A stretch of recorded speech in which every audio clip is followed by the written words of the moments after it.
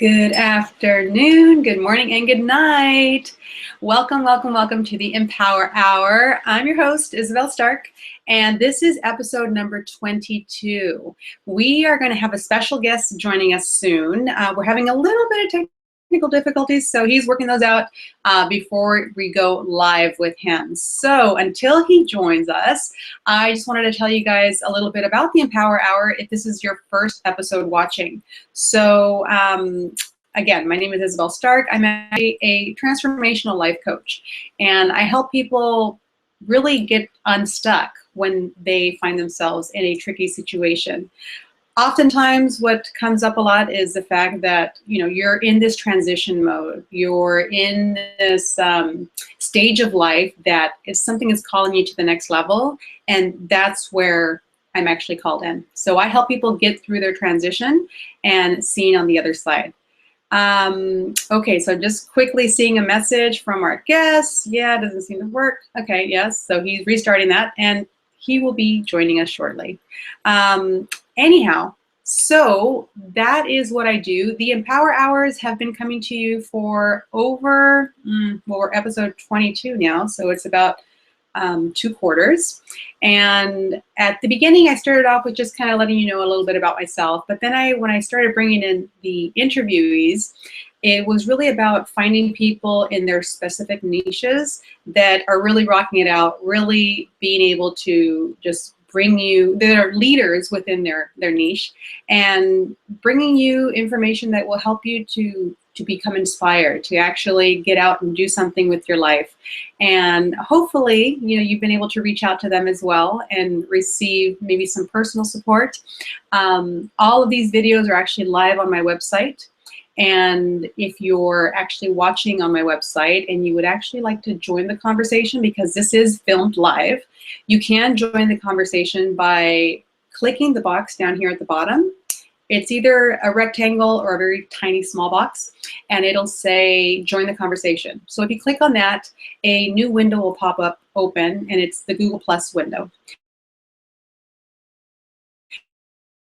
To Google Plus page, and you can interact with us live. If you'd like to ask a question, I've actually opened up the chat box, which appears on your right-hand side, and just type in your question there, and I will be able to ask it of our guest and go from there. However, just forgot one step. To access the Q&A box, what you'll need to do is you'll need to hover over the 9 Google squares in this area or in this area. If you for that opens up, it's an app. You just select that, and the side panel will actually open up for you. So until our long-awaited guest actually joins us, for those of you who are watching live, if you do have any questions about Periscope, because that's what we're going to be talking about today, is actually Periscope. And Periscope is actually a brand new, well, not brand new, it's been around since March, but it's a newer app. It's a social media app. And it's basically a way for people to connect with you live and in person and type in their questions or comments and really interact with you. It's really a great resource to have, and it's a great tool to be able to build that know, like, and trust factor if you're using it for business. And Alex, who's coming on very soon, is somebody who really jumped on the bandwagon really early. I can't remember the day, but I know that it was within the first month that he had actually joined in. And it sounds like I hear a little bit of sound in the background, so it sounds like he's actually joined us live. But I'm going to let him tell you guys a little bit more about his story. As I mentioned, we have this very special guest. He's actually, I'm not sure where he's at today, but he might be in Europe if he's back home. And he's joining us today. His name is Alex Khan from alexkhan.tv. And he's actually more of a serial entrepreneur. So I'm going to let him tell you guys a little bit more about his background, what he's done, and then we will go from there. So Alex, welcome and take it away. Hey, Isabel, does it work basically? I'm not sure. Can you hear me? Hello? I think we have some technical difficulties. Is that true? I can hear. Oh, there you go. There. Does it work? Because I can hear you. You are working. So what's going to happen is the camera is going to flip depending on who's speaking. So I'm going to let you go ahead and speak, and you will take the full size screen. Okay, gotcha. So, I mean, I missed the beginning because I just joined in. So maybe you can repeat the first question. That would be awesome. There was no question. It was really more about letting our viewers know that who you are and what it is that you do. I know that you come with a little bit more history than just being on Periscope, but I did want to kind of give you a little introduction as to who you are and what kind of makes the man of Alex Khan, because I think a lot of people got to know you on Periscope. I mean, that's how I came across you. And I know that there's more to your business and in your life than just what it is that you do on Periscope. I mean, Periscope it's more, I feel, is more like a heart-centered kind of passion that you do to kind of really help the community. So we'd just love to know what it is that brought you to Periscope and what is it like. Tell us a little bit more about Alex Khan. Sure. Yeah, you're right. I mean, Periscope is more or less like a passion for me. So I really love to be on Periscope. It's my way to give back. But of course, I did something before Periscope, and I do something besides Periscope. So I grew up in Germany, and I studied business administration in Germany next to it. And next to that, I was basically part of a company which is called Attractive People. It was like a social network. So I got the first time involved in social networks. And I built that up with a partner from Düsseldorf, which is in Germany too. And we did like great events like for our members, and it was like a lifestyle portal.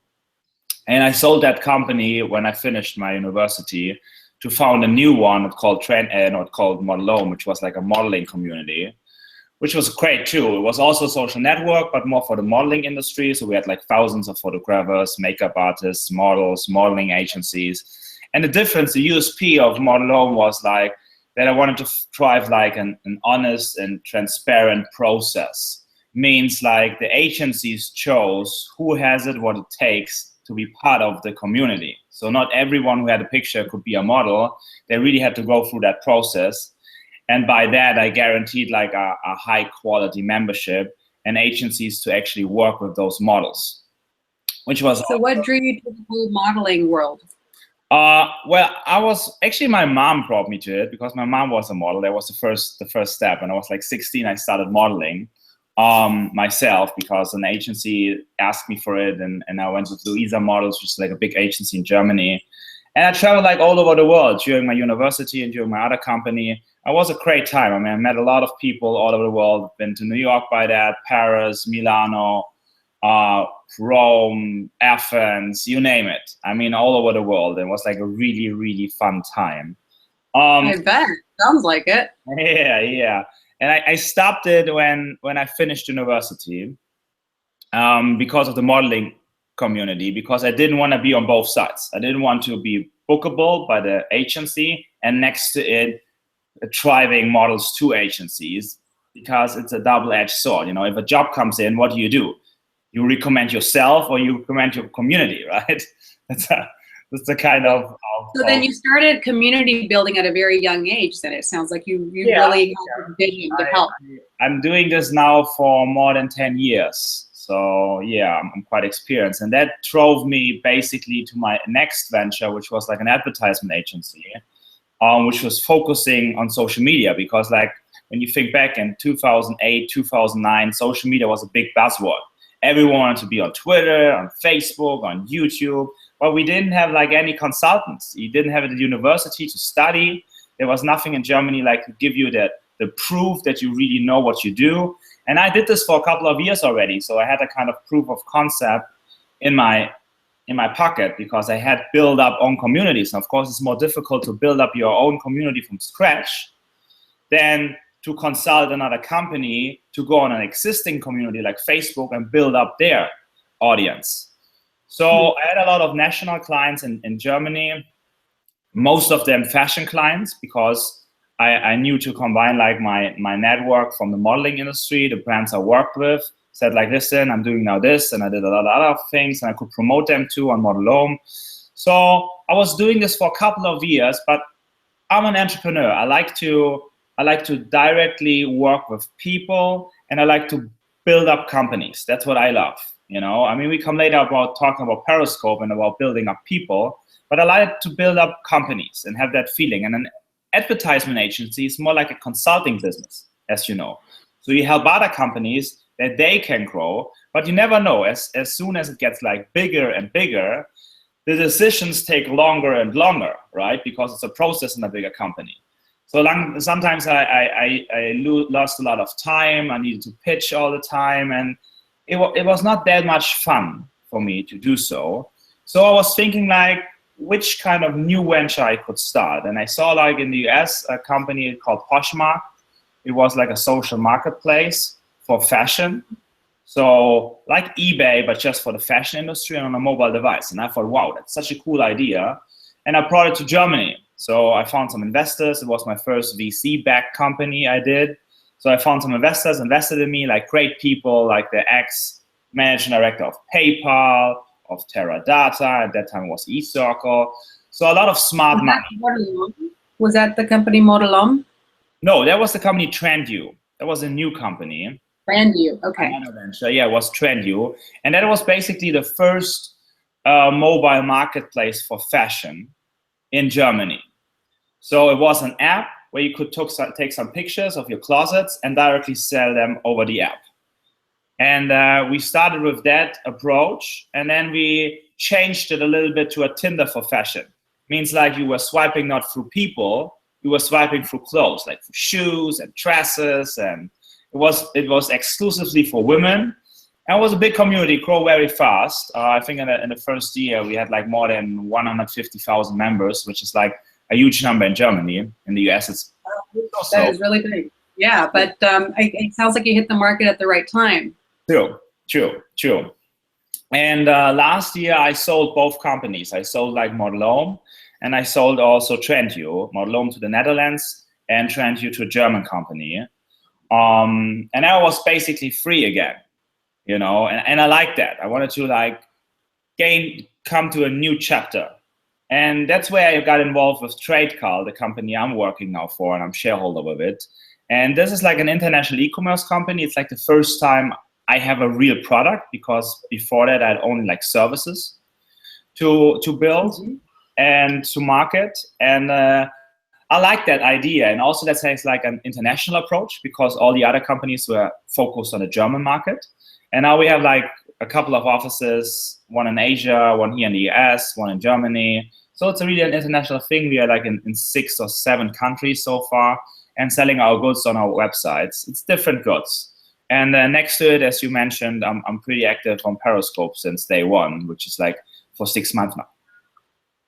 Yes, and that's obviously what we want to hear a little bit more about. But the reason I wanted you to share a little bit more about your background is because we're seeing you on Periscope, and we're seeing things that you're doing. But I think a lot of people that at least that I've talked to has said, who is the man behind Alex Khan? Like, where did he come from? He just kind of like hit the Periscope screen and just kind of took over. So yeah, you've really created quite a personality there. But what I really like to do is just, again, get to know the person behind the person, especially when we're all on social media. So thanks a lot for kind of sharing on that. I know you mentioned about your mom a little bit earlier, and I believe I was on your Periscope, the first one from Tehran. So that was, I think, the one that you kind of screened over. You showed your mom, and I think it's really great. It's really great that she doesn't mind being on camera, all over the world. Well, but now I understand. She minded, but as you know, Periscope is live. So actually, she came just into the living room and said, "Oh yeah, that's my mom, by the way." And she said, "What?" And I said, "Well, just 500 people are watching. It's not that bad." And you're like, "What?" So she was not experienced in doing it. But well, she was fine with it afterwards when I showed her this. But yeah, in Tehran the connection is not that good anyway. So you couldn't not really see her anyway, because it was like a little bit blurry. But yeah, I Periscope has an incredible effect on you, because you open up. I mean, I know social media for a couple of years, but I never opened up myself. I explained others how to open up, how to be authentic, and so on. But I never thought that I'm gonna be a social media influencer myself, because I actually didn't want that. You know, I always was like a center point because of my communities and the people knew me, but not that I was like in front of the camera and the spokesperson and those kind of things. So that's just a really new approach and a totally new field for me for the last 6 months, and I learned to love it. So that's cool. I'm kind of guessing that, you know, being a model, having some experience in front of the camera made you feel a lot more comfortable being in front of the screen. But when you say that you didn't want to become a social media person in front of the screen, like, that's kind of interesting, especially building your businesses and being a serial entrepreneur. Sure, but I mean, there are those people you hire for doing like PR and being like the spokesperson. Of course, you are always the spokesperson as the CEO of your company, right? I mean, people want to be in touch with you, and it's the best thing. But it depends like how you lead the company. Some people go like an extrovert kind of thing, like all about me, like Steve Jobs kind of guy, right? And some others try to stay in the back and let the company happening and being like product centric and not going out that much. And I guess I was more that second person so far. I mean, it's hard to believe when you take a look at me at Periscope, but I was really like this kind of person in the last years, and didn't go out too much. Would you consider yourself more of an introvert, or would you consider yourself more of an extrovert? It's interesting. That's an interesting question. If you would have asked me like that question 1 year ago, I would probably say like I'm more an introvert person. But now I got to know my other side, you know, through Periscope. And that's a charming way of doing so, because it comes slowly with Periscope. It's not you going out and boom, you're there, right? You build up your audience. So it's really going step by step. And as I was on Periscope from the first day, not so many people were on Periscope. So it was really a slow process. I mean, anyway, it went really fast. And I just hit like yesterday my 170,000 follower, which is awesome. Congratulations. I didn't notice that. Congratulations. That's awesome. Yeah, thank you. And it's, of course, a great growth in only 6 months. But for me, it was anyway pretty slow. But you're right. I mean, I have some experience in front of the camera. But I can tell you, this doesn't help you too much in the beginning, because all of us are like afraid of the first scope. I mean, I talk with people with like 15 years of experience in media, being a news host, a reporter, you know, like being an actor or model, and they all feel the same, because it's different to talk to your phone. You know, you don't do that. You don't know those people, you don't see those people, you just see yourself. You don't know who will join in, right? And they can directly engage with you. They can do a comment which really hits you in some way, right? And you don't know it. But I learned like to flip the coin and ask myself the right questions. Means like, what if the people do like me? You know, what if I have something to say? What if I meet really cool, nice people and build up new relationships, which I love? And it was interesting, because yesterday was a kind of event, a get together from a community called Grew. It will start soon. It's like a kind of Periscope for music. And there were also a lot of Periscopers. And I asked a couple of people, well, is it for you also like that you have more contact and you spend more time with the people on Periscope than you actually spend time with your real friends in the kind of real world, right? And they all agreed. And that's fascinating, you know. They spend more time on Periscope than with their real friends, which they know for years. So it's a totally new technology. I mean, what that kind of brings out to me is the fact that, you know, it's almost made for like an introvert, because you can still be behind the screen, still be interacting, but like you said, you're interacting with your Periscope crew as opposed to maybe going out for coffee with your friends. Absolutely, absolutely. So for me, it worked out like a charm. I mean, I learned a lot how to do public speaking, how to behave in a nice and friendly way, and get to know other people very quickly, be open-minded. And I mean, I had those qualities inside myself before, but I was not leveraging them. You know, I was not training them like on an everyday basis. And now through Periscope, I'm doing this, and you get a nice feedback. And by the feedback, you grow. You know, it's a law of attraction. You attract great people around you, and by attracting great people, you grow, and that's awesome. Yeah, it really is. Something just came to mind about learning to grow and what you just said. I guess really just growing your community and going out there and doing it, because the fact that you didn't have this idea to really use Periscope to build your business. No, you're I'm not using it for my business even. I'm just referring on my blog. It's hardly I'm talking about my own company, because I don't feel that's the right moment. I feel like right now it's about what you can contribute, not what you could like take off your community, right? It's the first 6 months. People think like, oh, I already need to market and monetize. And that's not a bad thing. I mean, everyone needs to make money, right? That's not a bad thing. But for me, as I have, of course, another company and I make money with something else, I don't have the necessity to right now make money this moment, because otherwise I can't survive, right? And this gives you a feeling of being relaxed and saying like, let's see what comes. And right now it works out good. I got approached by a lot of companies. I had to turn all of them down just because I don't think it's the right moment. And what I really learned about Periscope is trust your feeling, trust your gut feeling. What do you think is right? And I mean, now is the first actually days where I start to talk to the people like what they really want and what they would pay for anything. But I'm not coming out with a product and saying like, listen, that's the new product, that's the Periscope course, I'm the big Periscope expert, because there is none. It's just 6 months existing, The only way you can build up a product is by asking the people what they really, really want and what they need. And with them together, I can build up a product. Yeah, exactly. And if you actually create the community, then you can actually get a lot more feedback and find out what the whole community needs, as opposed to just maybe 100 followers that you might have. Sure. So I think you've done it in a really smart way.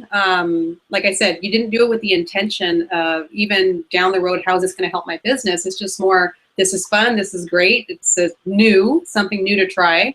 And it, like, again, I feel that you were leading more with your heart and more fulfillment. And that's the reason that you have such a great impact, I think, on Periscope. Absolutely. I mean, I always say in my scopes, if you add value to others, others will add value to you. And I believe we're always great in the things we love. And I love what I do on Periscope.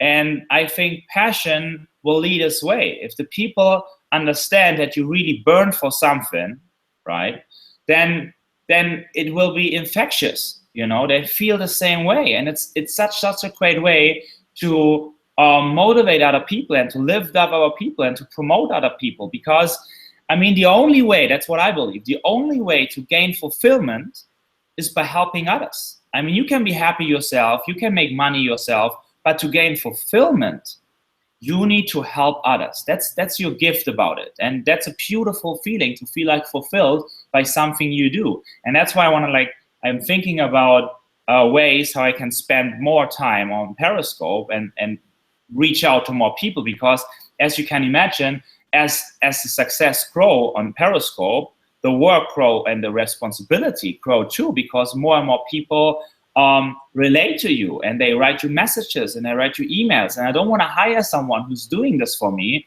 I want to do it myself, because I want to learn from the people in the same way they learn from me. It's a mutual thing, right? Right, exactly. So that's actually one of the things I wanted to ask you is, how do you actually define success? Because you mentioned success in your business and you've already sold 2 of them.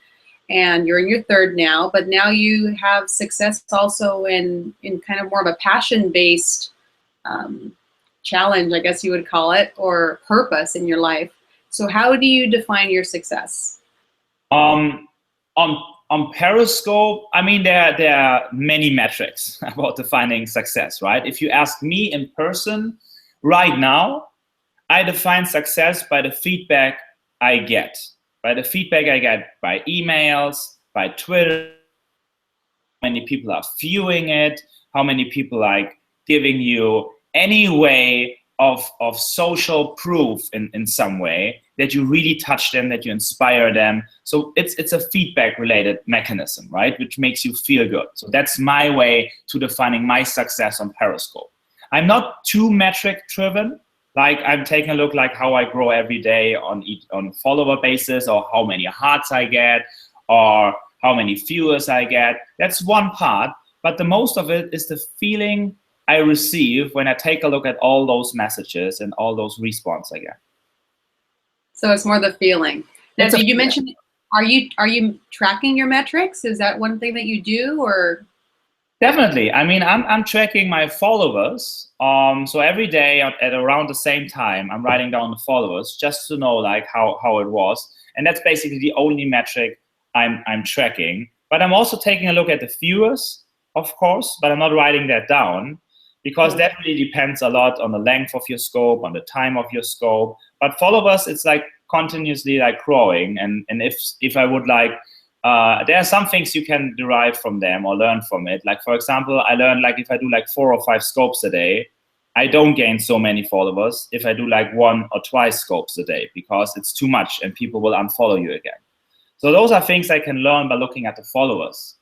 And also followers, a little bit, you learn about it in your scopes, like what are good topics and how many people are sharing it, right? Because you can only grow a lot if people are actually sharing your content to their audience. And that's how you grow on Periscope, because people come and watch and might follow because they like what you say, right? So I learned a little bit about my scopes, which scopes are good.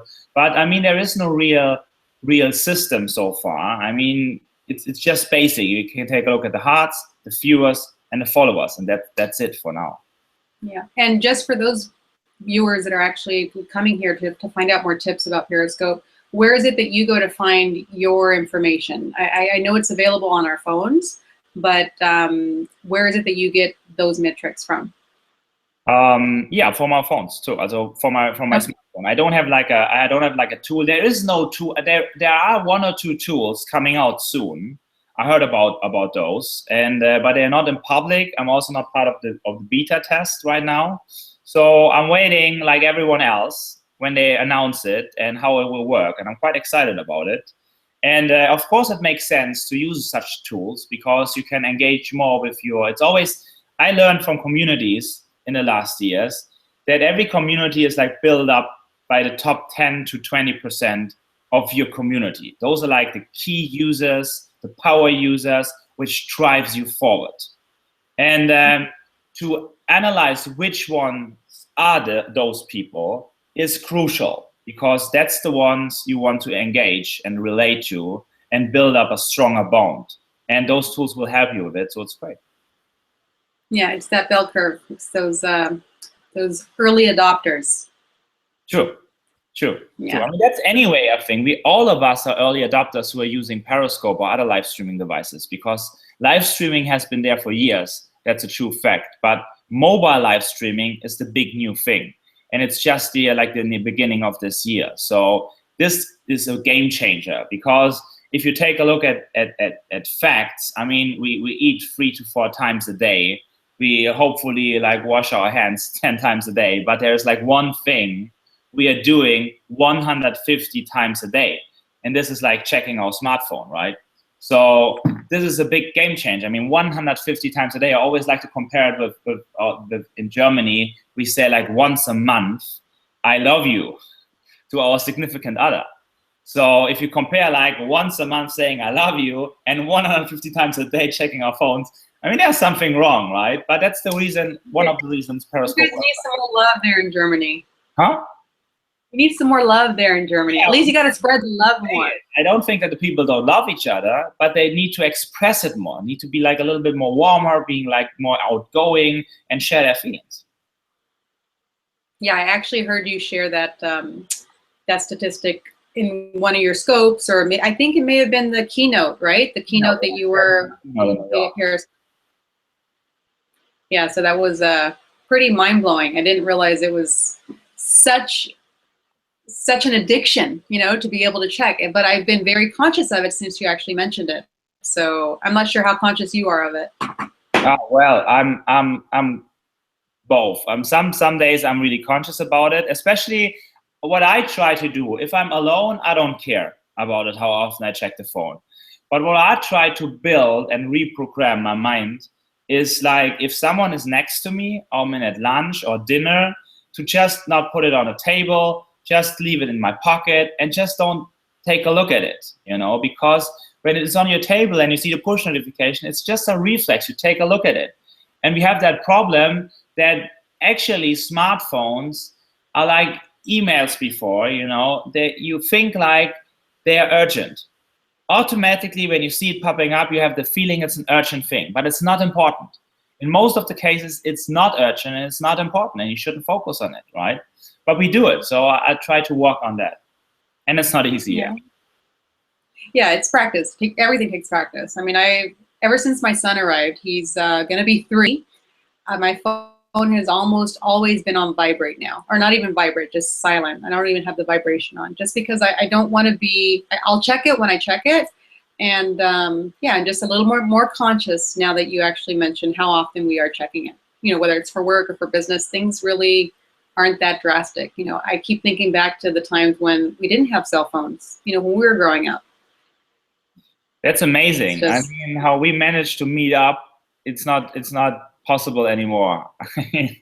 You're always on the phone, let's change the meeting point, let's change the time, I'm late.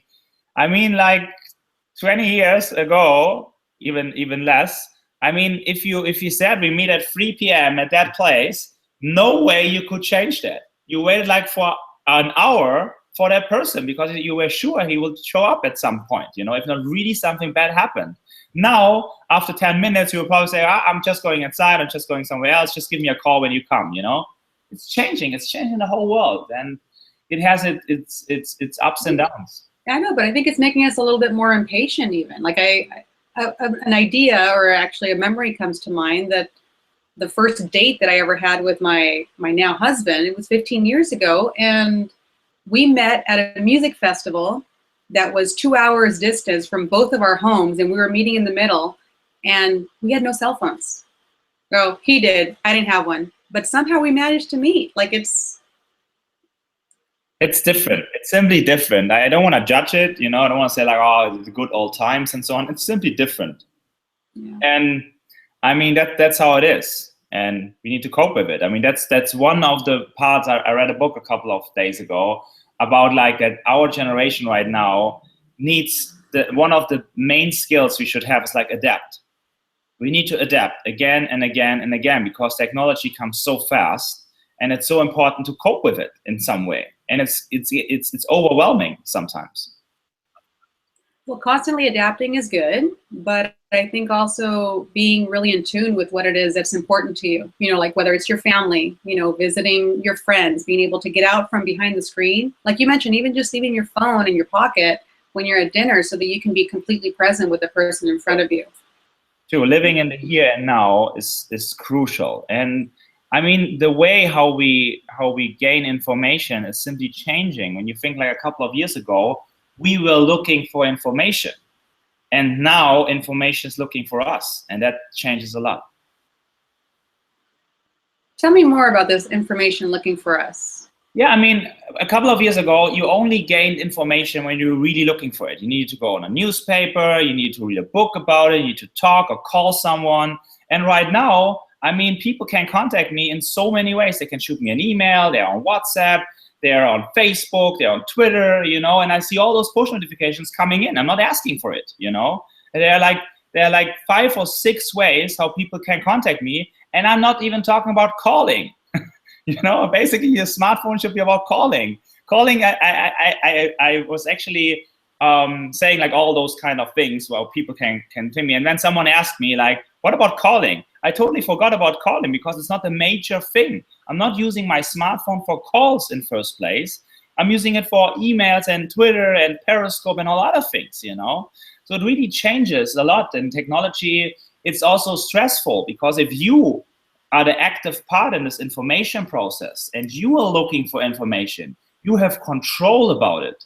But now that it's turned around, you lose control about it. Sometimes it comes in and it comes in and it comes in and you just want to sleep or want to do something. And there are studies that it's really bad to take a look at your phone before you go to sleep. You shouldn't do that like for at least half an hour before you go to sleep, because melatonin is like exposed, and that's the way like your brain think like, oh, something is going on, so it's not shutting down. So I mean, from a health aspect, also not cool. No, I completely agree. And this actually comes from raising my son and knowing that, you need to have that screen time down. It's actually more than 30 minutes. It's, I believe it's actually a couple hours. So you really shouldn't be looking at a screen, because that blue screen is what really keeps your melatonin levels up and high alert. So, now that you're touching on that, I would love to hear how it is that you are managing all this, because not only are you managing a business, but you're managing this whole social media community.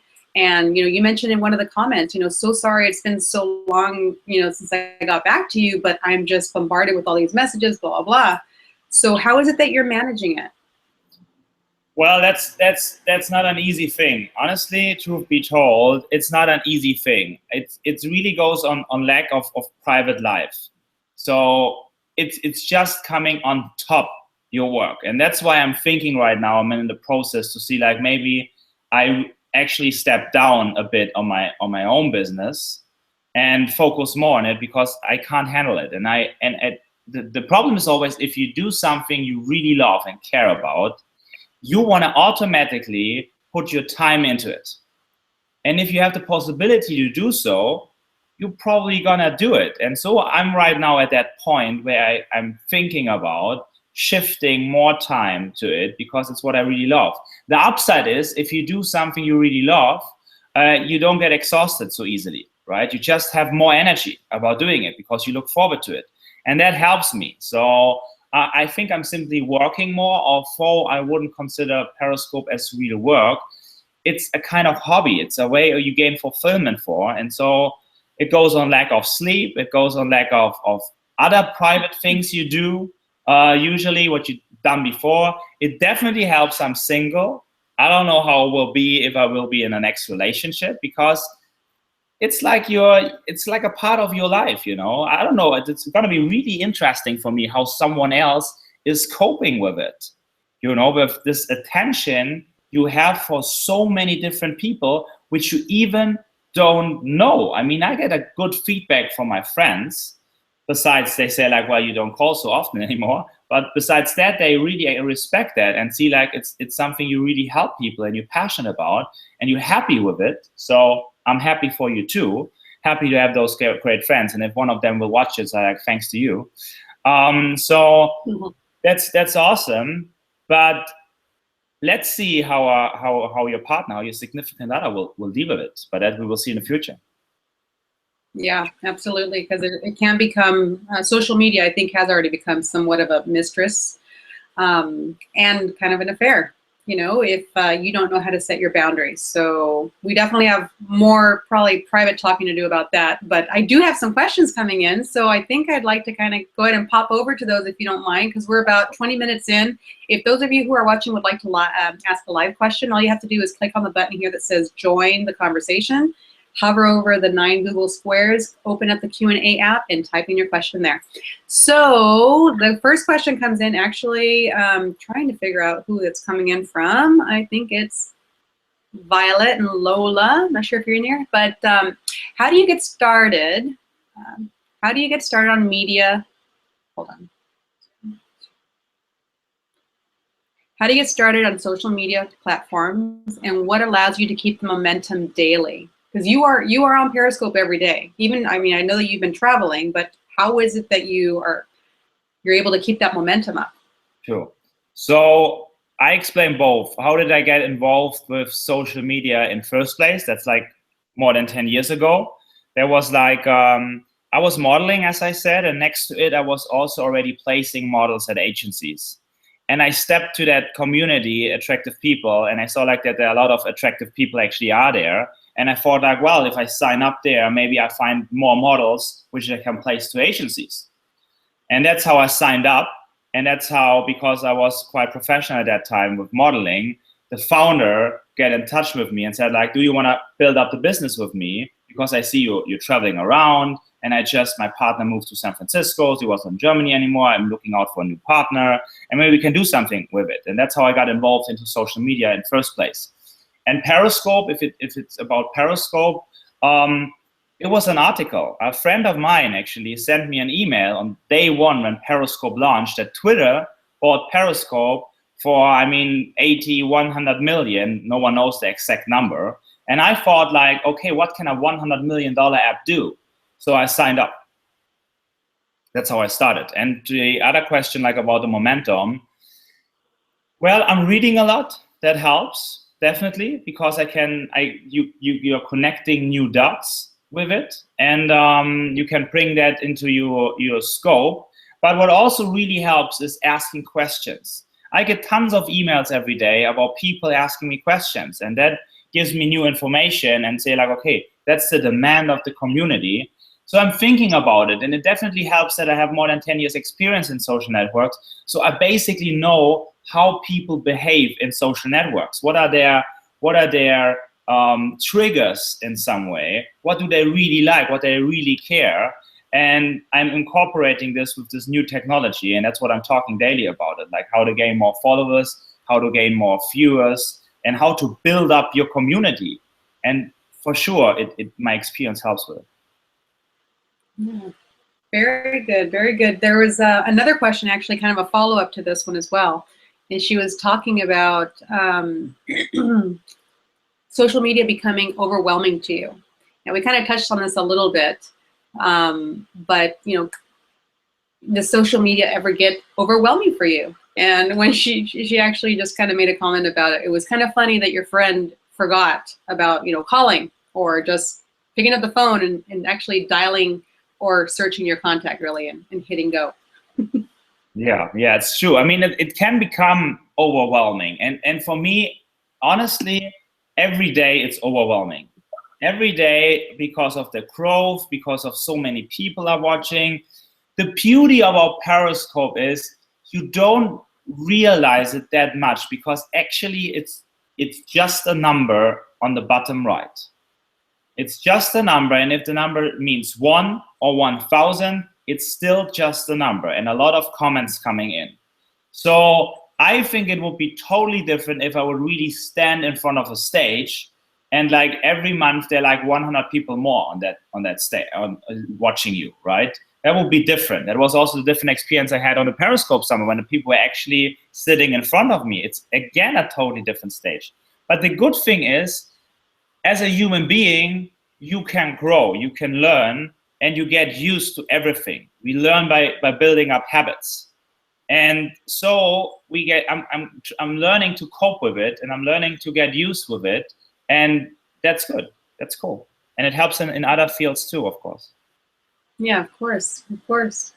You know, since we're on the topic of Periscope again, you know, for those people who have never, and I know you've probably shared this a ton of times, for those people who have never actually Periscope, what are, you know, maybe your top 10, the new Periscope, for getting out there on Periscope?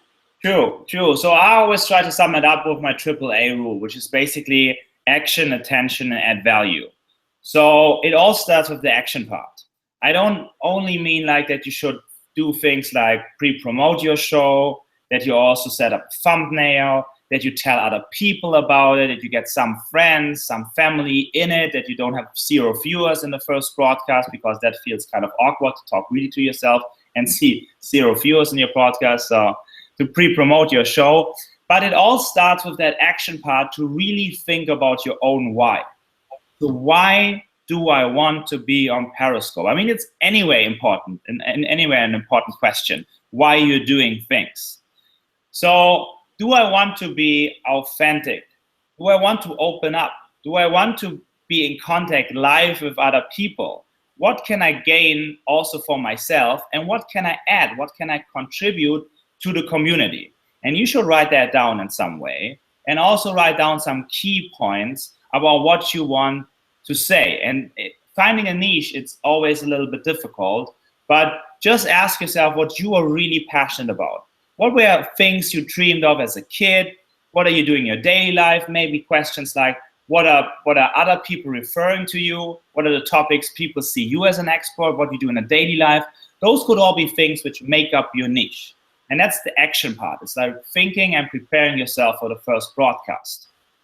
And the second A is like the attention part. And this is crucial. When you start your broadcast, it will take a while until the first viewers come in. But you should start from the first second you go live on Periscope to actually talk, to actually welcome the people, introduce yourself, explain them what you're talking about, because there are live viewers on Periscope and there are replay viewers who only watch the replay. And of course, they are watching it from the first second. And if you wait like for 20, 30 seconds, then they will think like, what is he doing? You know, I'm just here, and you will swipe away, right? And you lost someone who might be interested and follow you in the future. So draw attention to yourself, to your topic, to your purpose in the first seconds. And the third A is the add value part. Understand that it's all about adding value. I see a lot of scopers, without saying any names, they were very strong in the beginning when Periscope was young, but they lost attention right now, and new people come over, and it's the long-term goal is about adding value. People tune in because they want to learn something or they want to be entertained, but you need either way to solve a problem or add value. That's the two things you need to do on Periscope to be successful. Awesome. And I think you're actually doing both. So thank you very much for being there. Now, I want to know what has been like the most amazing kind of moment that you had in time on Periscope, because we all have that one moment, whether we're viewing or we're actually Periscoping ourselves. So share with me like your most memorable moment. Yeah, I mean, the beauty of a Periscope is there are a lot of moments which are special. But as I said, like, I really like that fulfillment thing, that you really can add value to others. So there was just a couple of weeks ago, I popped into a scope. It was not my scope. And they were looking for donations for a boy called Jamie. And Jamie is like a 14 years old boy who unfortunately suffers by a disease which confines him to a wheelchair. So his only way to go out to the world, to make contact and build up a relationship with people is through his laptop. And this was unfortunately not working properly anymore. So they were looking to buy him a new laptop and a software that he can do his podcast, because he's actually doing podcasts. So I was instantly touched by that whole thing, and he was in another scope, so we could see him. And I said, well, let's support that thing. And I invited my followers, and I did a scope about those things. And I said, like, well, we all can do this together. And I really love, because in a couple of hours we raised $4,000 for Jamie, which was the goal for it. And to be part in this and live seeing how people say, oh man, that's awesome. I mean, I don't know that guy, but I believe what you say, what others say, we can see it, it's authentic. So we are able to help as a community and to contribute as a community to help others. And I think that this is so inspiring. And I'm sure everyone who was a part of it at that night felt pretty fulfilled. And that's beautiful. And that's like one of the most beautiful moments I had so far. Oh, that's a touching story. I actually missed that. I don't think I had seen you share that, but that's really touching. And that is the power of Periscope. That is the power of social media in general. Yeah. You know, anybody can just really share with their community. And you have such a huge community that you can really touch every little corner of this globe. Sure. with your reach. Sure. So kudos to you. Thank you for sharing that. That's and thank you for sharing it and helping Jamie. I'm sure he's a very happy boy now. Well, thank everyone. I mean, it was really a community aspect. We all did it together, and that's awesome. Very good. Very good. Let me see what else we have coming over here. I did have a fun question I wanted to ask you, because I know that, you know, we all have our own things going on. And one of the funny questions I like to ask is, what's your biggest fear? Like, share with us a little bit about your biggest fear. It doesn't have to be Periscope related. This can just be general. But like for some moms, the biggest fear is actually giving birth. So I know you don't have that fear. Yeah, that's true, probably. Let's see what technology comes up with it. But so far, I don't.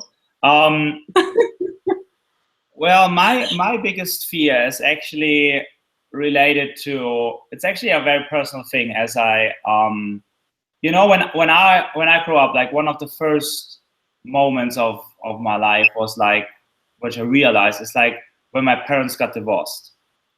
So that was like one of the first moments I can remember. And, you know, my biggest fear is basically to fall in love with someone in the future, having kids with that person, and going through that same thing, you know, like can't make it, and that it's the same like my life began, that I will do that for my future kids to come, you know. So that's maybe the reason why I'm so choosy on a significant other, and it's so hard for me to decide in some way and to find and build up a relationship, because that's actually my biggest fear. And I know fear is a bad thing, and you need to work on it, and you need to solve it in some way, and it's not your fault about your parents, because I was just 3 years old. But, you know, that's probably my biggest fear. Well, I would invite you to not consider your fear as something negative. It's part of you, and there's a reason that that fear is there. It's to protect you. Sure. And it's, I come from a broken home too. My parents were a bit older. I mean, I was 12 when it happened. But yeah, that's definitely something that you kind of carry with you. And it's a true, like you recognized already, it might be a reason that you might be a little bit choosy with who it is that you're choosing to bring into your life. But thank you so much for sharing that. That's actually probably the most profound one I think that we've had so far. Oh, yeah. Kind of didn't expect that. Sorry. Sorry. Let me go back here. I know that there's some more questions in the chat box. We have only about 8 more minutes to go. So if you guys still want to get your questions in, make sure you type them in and let me see what I can find here for you.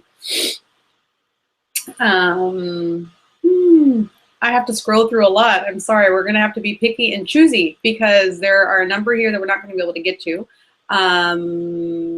Cariñoso. Oh, actually, you're getting some feedback on your share about your fear. So sending you love, and thank you so much for sharing that personal piece about your fear. So thanks. Okay, so what do we want to know? Some of the other questions, well, you know what, since we're getting really close, this is one of the things that I really love to hear from you. And it's the fact that I run a Facebook group called Fiercely Feminine. So you can't come in because you're a man, sorry. But one of the things that we do there every day is we actually post something called the top to do. And the top to do is really to keep us focused on what it is that we need to accomplish in our lives. So to keep us really on track. And what I would like to know from you is actually, what is your top to do, not just for the day, but your top to do for 2015. So what is like your big goal to accomplish at the end of this year? I can start actually with my top to do today. I mean, I also am the person who's like every day writing out something, and I have that like once a week. I'm having that top today that I wanna call one person from my friends, can be my family, and tell them how much I care, because I heard that in another scope actually, and that's a beautiful to do. Just calling one person you really care for, just calling him or her, and just say it. You know, I'm really thankful for you because, and then you say all those things about it, because sometimes it's heartbreaking in some way, you know, because the person is totally overwhelmed.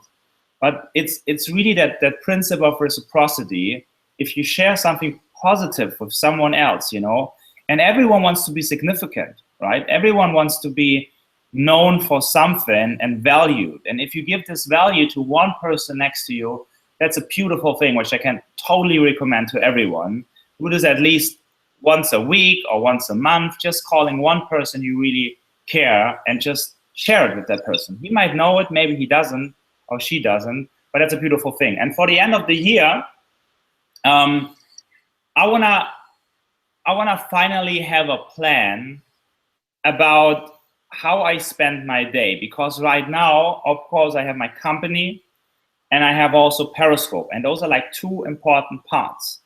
So I wanna figure out till the end of the year what will be my first priority, and to know like to make a plan for the next month, where and when and how much time I can put in both of them. So I figure out really my first priority and to go for it. Totally. Maybe focus it. I mean, I told you last year I sold like 2 companies to focus on one thing, and I'm a friend of focus. I don't like to be in many places at the same time. I believe that you need to focus on one thing. You can have different ventures, but focus on one thing, which is the highest priority. And at the moment I have 2. Of course, my company has priority, there are my employees, there are my customers and so on, and I have Periscope too. And I wanna find out what's the one I will really focus on, and that's a team effort. So I need to talk with a lot of people about it. Very good. Okay, well, I think that's obviously attainable. And when you say it's a team effort, though, I guess you're going to actually, because it affects other people. Your company affects, your other shareholders. Yeah, definitely. And Periscope, talk with all of them, and I care for everyone in each and one of them. So that's the thing I'm right now working on, to find a solution where everyone says, okay, that's cool, that can work out. Awesome. That's a really good goal. And I do want to come back to your other goal and touch on the calling somebody, once a week at least.